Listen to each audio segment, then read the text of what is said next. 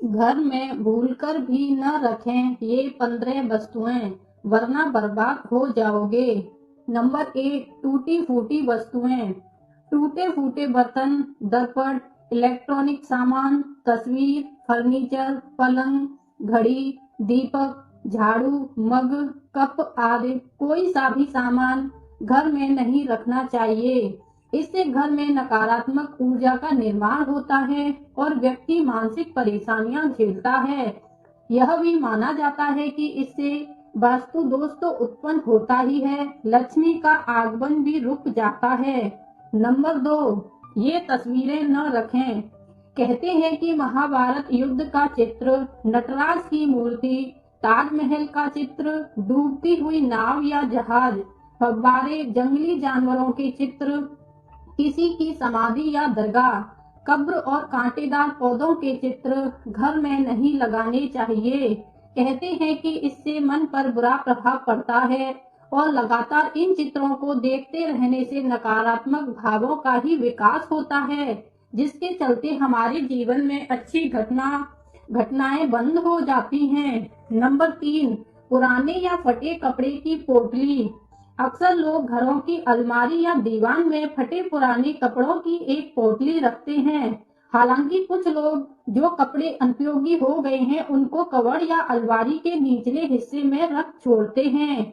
फटे पुराने कपड़े या चादरों से भी घर में नकारात्मक मानसिकता और ऊर्जा का निर्माण होता है। इस तरह के वस्त्रों को किसी को दान कर देना चाहिए या इसका किसी और काम में उपयोग करना चाहिए। इसके अलावा कभी फटी बनियान, फटे कपड़े न पहने। टॉवल भी आपका कहीं से फटा या पुराना नहीं होना चाहिए। नंबर 4, कबाड़ कर देता है जीवन का कबाड़ा। अक्सर देखा गया है कि लोग घर में अटाला या कबाड़ा जमा कर रखते हैं। इसके लिए एक कबाड़ खाना अलग से होना चाहिए। पुराने या टूटे हुए जूते चप्पल आपको आगे बढ़ने से रोक देते हैं, इन्हें भी घर से निकाल दें।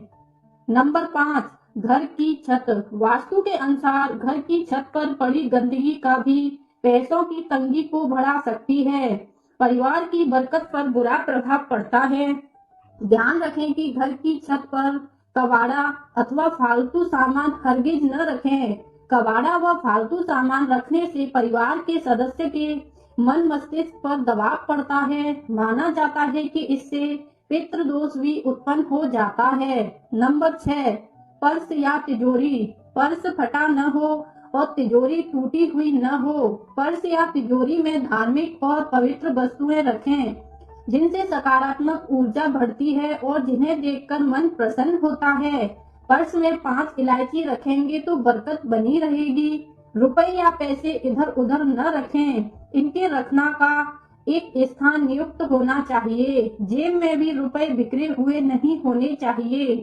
पर्स में चाबियां या किसी भी प्रकार की अपवित्र वस्तुएं न रखें। पर्स में भगवान के चित्र रख सकते हैं। इसी तरह तिजोरी में रुपयों के अलावा आप सोना चांदी या जेवरात भी रख सकते हैं। चेकबुक, पासबुक, पैसे के लेन देन संबंधी कागजात, पूंजी निवेश संबंधी कागजात भी रख सकते हैं। पूजा की सुपारी, श्री यंत्र, कुबेर यंत्र आदि भी रख सकते हैं। नंबर 7, टूटी या खुली अलमारी। किताबें रखने या कुछ छोटा मोटा सामान रखने वाली अलमारियों को बंद करने का दरवाजा नहीं है या उनमें कांच नहीं लगा है तो वह खुली मानी जाएंगी। माना जाता है कि ऐसी अलमारी के होने से हर तरह के कार्यों में रुकावट आती है और धन भी पानी की तरह बह जाता है। टूटे फूटे फर्नीचर को बदल दें या उन्हें ठीक करवा लें। नंबर 8, देवी देवताओं की मूर्ति या चित्र। देवी देवताओं की फटी हुई और पुरानी तस्वीरें अथवा खंडित हुई मूर्तियों से भी आर्थिक हानि होती है, अतः उन्हें किसी पवित्र नदी में प्रवाहित कर देना चाहिए।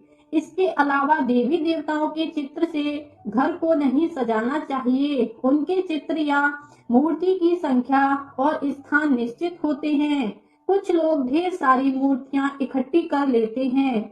एक ही देवी देवताओं की 3-3 मूर्तियां और चित्र होते हैं, जो कि वास्तु दोष निर्मित करते हैं। इसके अलावा कुछ लोग आजकल भगवान के ऐसे चित्र लगा लेते हैं जो कि परंपरागत नहीं है, जैसे चिलम पीते शिव जी या विकराल रूप के भैरव। नंबर 9, सजावटी वस्तुएं या कलाकृतियां। कुछ लोग घर को कलात्मक लुक देने के लिए नकली या कांटेदार पौधे लगा देते हैं। अतः घर में कांटेदार पेड़ पौधे ना लगाएं, इससे पारिवारिक संबंधों में भी कांटों की सी चुभन पैदा होने लगती है। कोई लोग पुरानी या फालतू चीजों से भी अपना घर सजाते हैं, जो कि गलत है। ऐसी वस्तुएं घर में नकारात्मक ऊर्जा को बढ़ावा देती हैं। वास्तु के अनुसार जब घर में नकारात्मक ऊर्जा में बढ़ोतरी होती है तो इसका सीधा असर परिवार की आर्थिक स्थिति पर भी पड़ता है। इसके साथ ही स्वास्थ्य संबंधी समस्याएं भी हो सकती हैं। यदि कलाकृतियों के नाम पर कुछ ऐसी वस्तुएं या पेंटिंग हैं जिसमें सूखे डंठ हो, मानव रहित उजाड़ शहर हो, बिखरा हुआ घर हो, सूखा पहाड़ हो या वे सभी मृत प्राय सजावटी वस्तुएं हो जो मानी तो जाती हैं कलात्मक, लेकिन वास्तुशास्त्र अनुसार ये सभी नकारात्मक ऊर्जा पैदा करती हैं। नंबर 10, सोफा कुर्सी और टेबल। आपके घर में टूटी हुई चेयर या टेबल पड़ी है तो उसे तुरंत हटा दें। ये आपके पैसों और तरक्की को रोक देती हैं। बैठक रूम का सोफा भी फटा या टूटा हुआ नहीं होना चाहिए। उस पर बिछाई गई चादर भी गंदी या फटी नहीं होनी चाहिए। सोफा कुर्सी या टेबल कैसी हो इसका भी वास्तु होता है। यह भले ही सुंदर और साफ हो, लेकिन कभी कभी उनकी बनावट या आकार प्रकार भी घर में नकारात्मक ऊर्जा का विकास करती है। इसीलिए किसी वास्तु शास्त्र से ही पूछकर ये चीजें खरीदें। नंबर 11, मकड़ी का जाला। घर में बनने वाले मकड़ी के जाले तुरंत हटा दें। इनसे आपके अच्छे दिन बुरे दिन में बदल जाते हैं। अक्सर लोगों के घर में किसी कोने के ऊपरी हिस्से में जाले लग जाते हैं। कुछ लोग उनको हटाने से डरते हैं क्योंकि किसी के घर को तोड़ने का आवाज होता है, लेकिन मकड़ी जाला रहने के लिए नहीं, शिकारी को फंसाने के लिए बनाती है। अतः माना जाता है कि यह जाला होना तो अनुचित ही है। नंबर 12, प्लास्टिक का सामान। आजकल प्लास्टिक का प्रचलन बढ़ गया है। आटे का डिब्बा, रोटी का डिब्बा, चम्मच, चाय का डिब्बा, पानी की बोतल, मसाले आदि के छोटे छोटे डिब्बे, कई सामान प्लास्टिक के आने लगे हैं। प्लास्टिक की थैलियां भी बहुत से घरों में इकट्ठी करके रखी जाती हैं। घर में यदि प्लास्टिक है तो यह ऊर्जा का कुचालक होता है। आपके घर का वातावरण बदल जाएगा और इससे आपके भीतर का उत्साह समाप्त होकर निराशा में बदल जाएगा। यह संकट को आमंत्रित करने का अच्छा साधन है। प्लास्टिक की अधिकता से घर में नकारात्मक ऊर्जा का निर्माण होता है। यह स्वास्थ्य के लिए भी हानिकारक है। लगातार प्लास्टिक की बोतल में पानी पीना, प्लास्टिक की प्लेट में भोजन करने से हमारे स्वास्थ्य पर प्रतिकूल असर पड़ता है।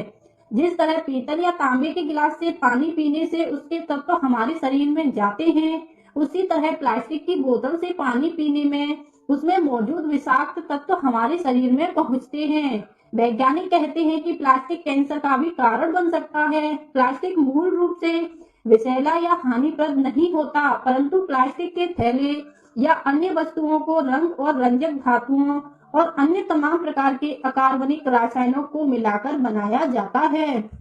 हानिकारक वस्तुएं।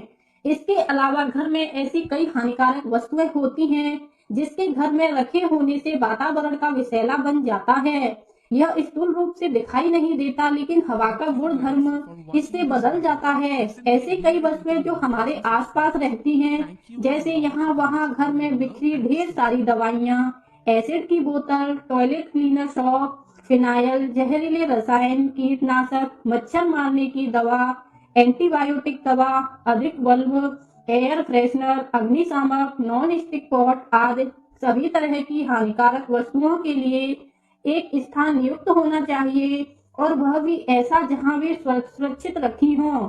ऐसी वस्तुओं के लिए अलग से लकड़ी या लोहे का एक बॉक्स बनवाएं और उसमें रखें जो किचन और बेडरूम से दूर हो। नंबर 13, पत्थर, नग या नगीना। कई लोग अपने घर में अनावश्यक पत्थर, नग, अंगूठी, ताबीज या अन्य इसी तरह के सामान घर में कहीं रख छोड़ते हैं। यह मालूम नहीं रहता कि कौन सा नग फायदा पहुंचा रहा है और कौन सा नग नुकसान। इसीलिए इस तरह के सामान को घर से बाहर निकाल दें। एक छोटा सा पत्थर भी आपके भाग्य को दुर्भाग्य में बदलने की क्षमता रखता है। यदि यह घर में रखा है तो इसकी ऊर्जा धीरे धीरे आपके घर के वातावरण को बदल कर रख देगी। नंबर 14, स्टील के बर्तन न रखें। सेहतमंद खाना पकाने के लिए आप तेल मसालों पर तो पूरा ध्यान देते हैं, लेकिन क्या आप खाना पकाने के लिए बर्तनों पर ध्यान देते हैं? आज से ही इस बात पर भी ध्यान देना शुरू कर दें, क्योंकि आप जिस धातु के बर्तन में खाना पकाते हैं उसके गुण भोजन में स्वतः ही आ जाते हैं। खाना किसमें पकाएं? कास्ट लोहे के बर्तन खाना पकाने के लिए सबसे सही मात्र माने जाते हैं। शोधकर्ताओं की माने तो लोहे के बर्तन में खाना बनाने से भोजन में आयरन जैसे जरूरी पोषक तत्व बढ़ जाते हैं।